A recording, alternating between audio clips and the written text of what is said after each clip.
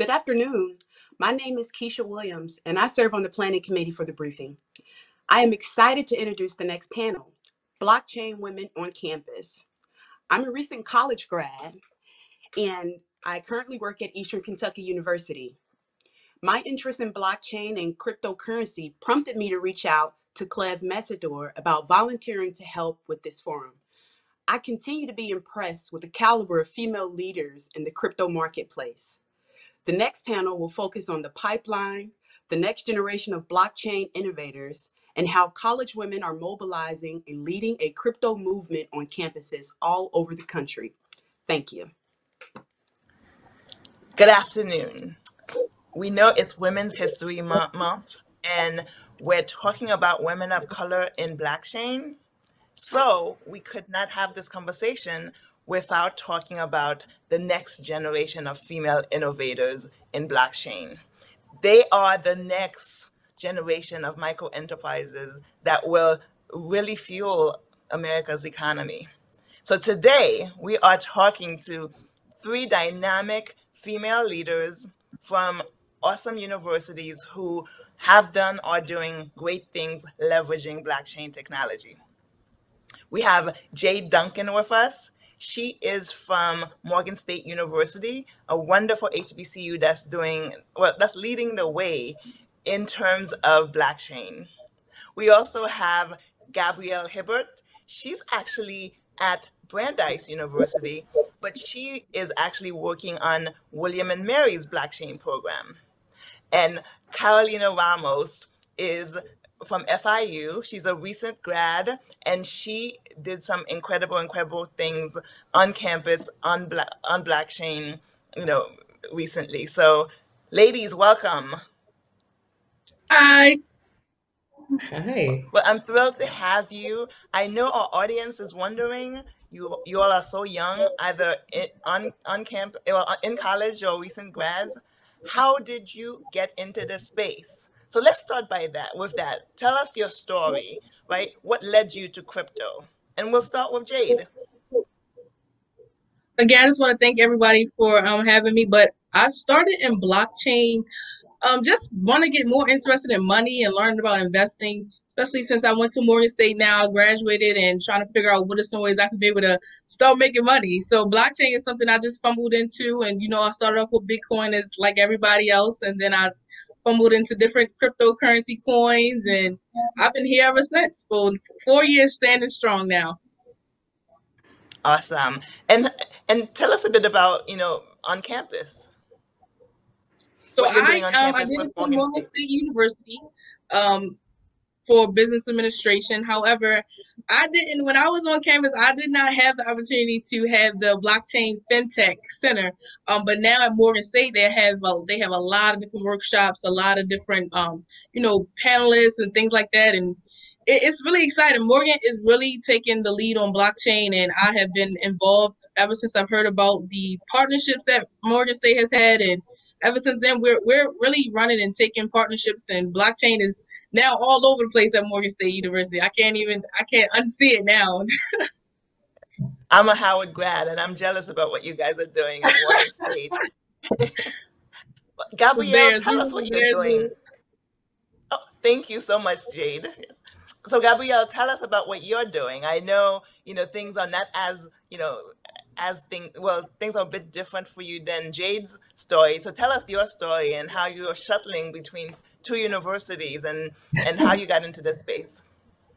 Yeah, so it has been a winding path, to say the least. So I started out my blockchain and crypto journey the first semester of my master's program in 2019. I was studying sustainable international development. My expertise is in international development and international relations. And at that time, I really wanted to expand and branch out. So I aptly took this course named International Development and Blockchain through the Tech Change company. And after that, I was kind of blown away, and I wanted to learn more about how I could incorporate blockchain and crypto into my career path. So after that course ended, I looked for more organizations to get involved with, and I ended up finding the She 256 organization. And at that time, the fall cohort was about to close, and I got in at the last minute and ended up becoming a mentee of an amazing mentor at the MIT DCI. And since then, it has been super serendipitous and amazing. Well, your story is a little interesting, right? Because you're at Brandeis, but you're working on William and Mary's blockchain program.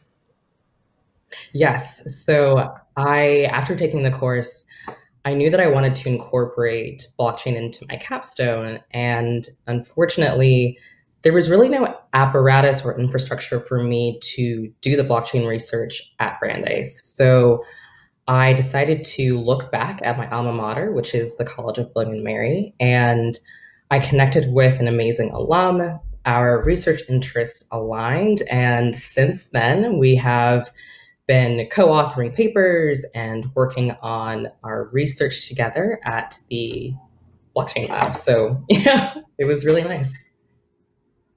Awesome. Well, Carolina, you had a different path, right? Because you actually had a lot of support while you were on campus, and there was a lot of encouragement from administrators for you to pursue this path. Tell us about your story. Yeah, of course. So I was majoring in international relations when an internship opportunity opened itself up to me within blockchain research with the GSA's Emerging Technology Program.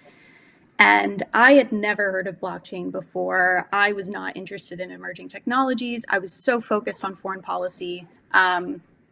Decided to take this internship, wanted to learn more, and it just opened my eyes to how much this technology will change the future of foreign policy, public policy, honestly, just the way that we distribute securitized data, information.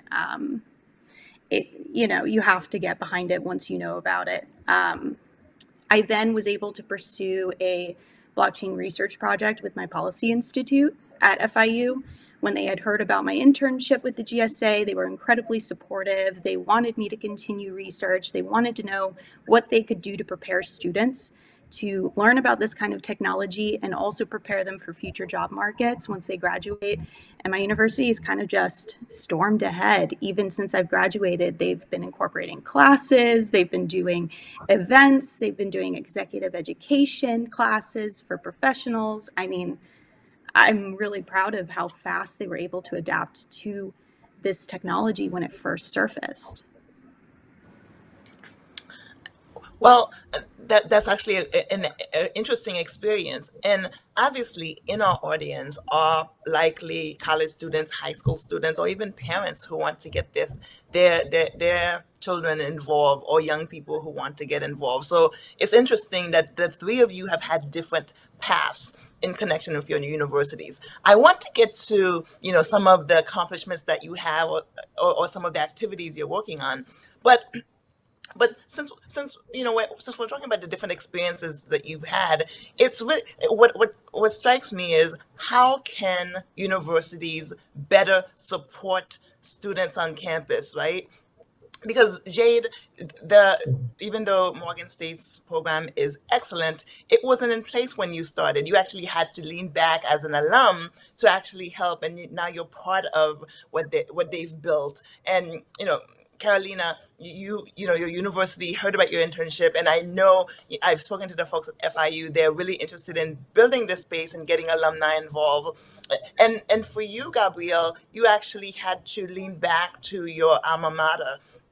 So what would be your advice to universities who are contemplating how do they support students? How do they begin the process? We'll start with you, Jayde. So like I said, Morgan has already had a lot of different, partnerships and things like that. So we're a good university to start and look at first, to already do the infrastructure on learning how to incorporate our faculty members. We recently did a HBCU curriculum for faculty members. So it was sometime in 2019, and it was in New Orleans. It was about 40 different faculty members, and they're, learning different programs, learning different courses to modify that, that's already existing. So we can be able to learn these things in the schools. and be able to also have the faculty on board. But the faculty, we learn it from the faculty, so the students want to learn from the faculty, then they understand and know about blockchain. So we've been doing different courses to help faculty members understand blockchain, and then they'll be able to pass it along to these different students who are interested. And universities can look at that as one thing to where you can start. You can start there. We can do different partnerships with other universities and broaden our horizon from there. So that's definitely one thing I've seen, and Morgan is growing all the time for that. Well, that's a great model, because I know a lot of universities don't know where to start. They don't have, professors who have a proficiency in this space or who have the time to learn. So it sounds like, Morgan is actually, being a thought leader and helping other universities and creating opportunities for faculty and students to learn from each other. Well, that's great. And so what about you, Gabrielle? I know, at Brandeis, there wasn't a program, even though there was a course, and at William and Mary, you're able to work with alumni. What would be your advice for faculty, for administrators, as they're trying to support students? It's a tough situation, right? Universities have so much to grapple with. So this will, as Jayde was talking about, this will require some collaboration. Yeah, definitely. I would say my advice is twofold. The first is to be open-minded. I think, having worked in trying to get my research off the ground at Brandeis, it was very hard for me to find professors or faculty that were willing to take on this new technology that they had never heard of before. And I got a lot of pushback. So I knew that I could lean on my alma mater for help. And the one thing that I really liked and what I would like to see in more models is for blockchain centers, whether that be research or just an affinity group, is to make sure that it's interdisciplinary. It should involve the law school, it should involve the business school, the public policy department. It doesn't need to be just the computer science or engineering centers in a vacuum. So that's my definitely two pieces of advice. And I love that because a lot of people think blockchain, they think tech, and they think in the engineering school. But blockchain is an industry, it's a technology, and it's a new financial asset class. So it has to be more dynamic because students are coming at blockchain and cryptocurrency from different spaces. Now, Carolina, tell us about your advice, right? Because you actually, when your university, FIU, is trying to build their program. And so what would be your advice, or, share some best practices you've had from your experience? Yeah, of course. So we actually have a tech hub at FIU, and they were already trying to look into blockchain after hearing about Bitcoin. This was just after my internship, which coincidentally happened just before the Bitcoin craze in 2018. My advice would be to reach out to alum that are working in these spaces, whether it be emerging technologies or specifically blockchain, to help give you insider information into what job markets are looking like so you can better prepare your students. Tap into that alumni base, whether they are still based in that city or they're in DC, New York. I think that it's a valuable resource to help build that kind of a community in your school. Great advice. Now, there's a role for the industry to play, right? Blockchain companies, are the best people right now to provide resources and infrastructure for universities. And we know that, Morgan State has received a lot of support from blockchain companies, even in financial investment, resources in terms of developers. So what would be your advice for the industry, right, as they're looking to universities to support, as they're thinking about how do they support? Why don't we start with you, Gabrielle? I know, you're sort of bootstrapping the effort you're doing at William and Mary. So what is the call to action for the industry to help, students on campuses, or to help faculty, administrators on campuses create the awesome program that we've seen at Morgan State? Yeah, I would say to keep your ear to the ground. There is a incredibly rich amount of research coming from colleges and universities, and particularly at ones that are starting out, like the William & Mary Blockchain Lab. Just this past month, I supervised 2 students who are about to publish some groundbreaking research within the blockchain and voting sphere. So my call is to tell industry leaders that there is great things happening on campuses, and just to pay attention to what's going on. That could really help strengthen the infrastructure and the pipeline between students and the private sector or government or whichever industry that a company comes from. Great advice. Carolina? So I would say kind of a reiteration of what Gabrielle said, but to not focus on building these kinds of relationships with only those STEM majors and STEM classes, but to focus on the law school, the policy students. I mean, I'm someone pursuing foreign policy, so to even reach out to the public policy and international relations students. This kind of thing is not only affecting STEM majors' jobs in the future, it's also affecting, honestly, people in humanities and liberal arts. Yeah, no, that's an excellent point, because Carolina, both you and Gabrielle were international affairs majors, or that was your focus. So if this was just for folks in engineering or in STEM fields, you would have never been the leaders that you are right now. Now, Jayde, tell us about your advice. Obviously, we know that Morgan receives a lot of industry support, but we also know that other universities need that level of support, and based on the thought leadership that Morgan is doing, trying to help other universities, what would be your advice? So basically, we already know that when you partnering with a lot of these institutions, we're looking for like sponsorships, right? But we're not only just looking for sponsorships and different partnerships when we speak to these institutions. At Morgan, we have a good amount of partnerships already. But when we're looking for partnerships with different institutions like Ripple, Binance USA, we already are partnered with now. We have these companies with us as far as not just backing us with sponsorships, backing us in their participation in these workshops, in these different courses that we have, because once we partner with them, our students who are participating in different blockchain associations, they want to see faces. They want to be able to learn more about it. They want to be able to learn what's the next steps, different jobs they may have, opportunities. So when we partner with different, these institutions, we are trying to broaden the whole horizon all around the board.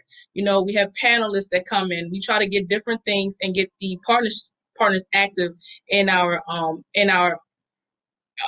the things that we participate in. But universities, that will definitely come.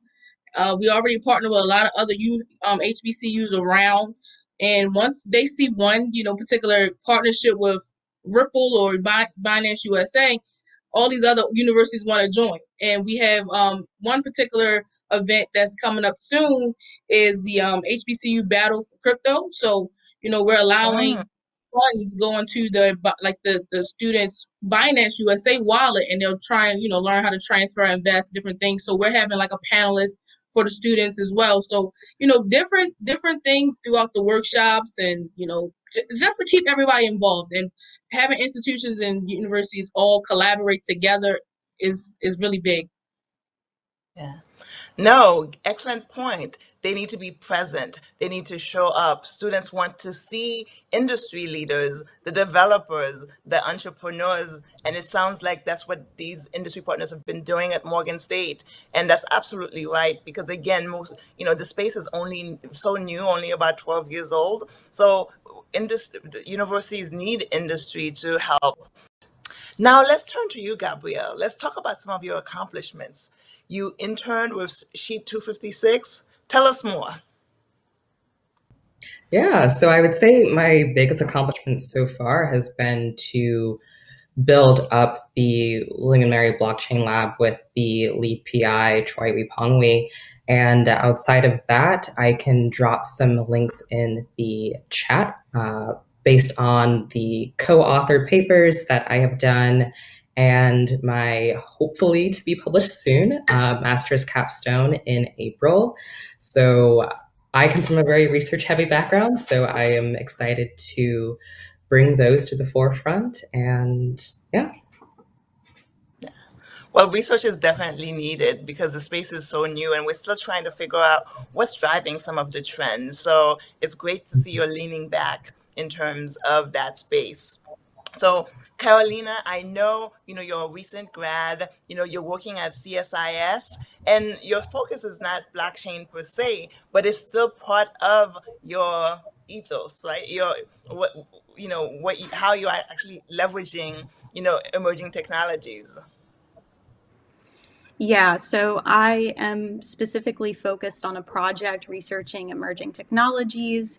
I have to say that this is a product of how much emerging technologies are affecting foreign policy strategy, defense strategy, that a major think tank is now looking at this. And if you asked me in 2017 if I thought that there would be this kind of a bridge between international relations and emerging technologies, as I had seen back then, but was not seeing in the markets, the job markets, I would have thought you were crazy. When I saw this job opportunity, I was like, this is it. It's happening. The big bridge between technology and foreign policy is finally happening. And I'm just to take those first steps onto that bridge.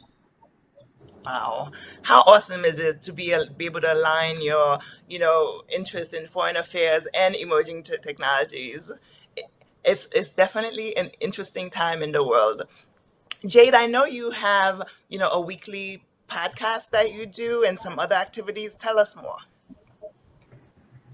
So this space is really exciting. Now in these times we're still developing. It's very in the infant stages. So I do attend Morgan State as well as far as their blockchain association and try to speak here and there on their calls. And then every Wednesday we do have a podcast that we do. It's about 250. I don't want to say young people, but in a generation we have a lot of different people in our in that space. And we just teach people how to learn about crypto, what is investing, blockchain, things like that. I do host it with a lot of other of my friends who call ourselves the Crypto Nerdz. So that's every Wednesday. So I'll just definitely drop the link in that if anybody wants to participate, and bring your moms, dads, grandmas on the call. We have a lot of fun. But also I interned at the Digital Chamber of Commerce as well. I was under Dan Spuller.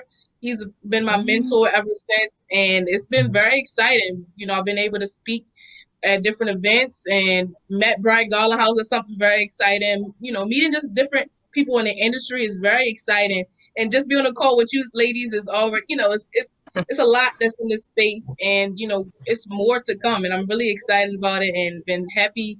I joined blockchain ever since, so it's been great. Wonderful. Well, the three of you are part of the delegation for this conference.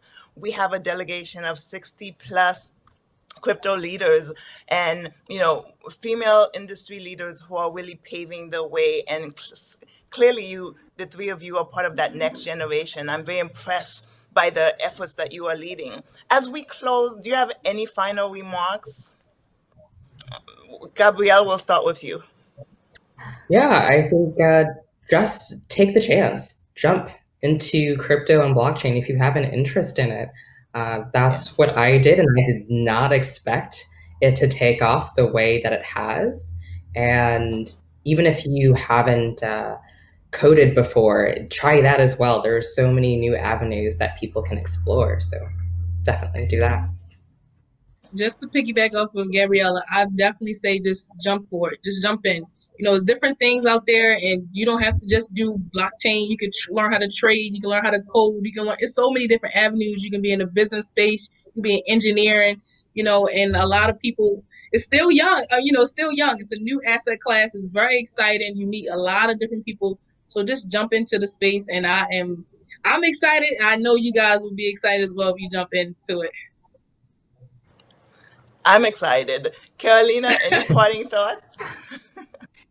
I would say to not limit your idea of blockchain to only cryptocurrencies or Bitcoin. Those things are incredibly important, but how I used to describe it was essentially that blockchain is like a cellular phone, and Bitcoin and cryptocurrencies are like apps or applications you download onto that phone. Like the phone itself has so much more potential than just the applications you download onto it, but that doesn't make the applications less valuable. So to see the bigger picture of blockchain and how it can affect the world, honestly. Oh my God, what a great way for us to end this conversation. Carolina Ramos from FIU, Jayde Duncan from Morgan State University, Gabrielle Hibbert from Brandeis, and William and Mary. Thank you for your time. For those college students out there in our audience participating, or professors or faculty, jump right in. That's the message. Thank you.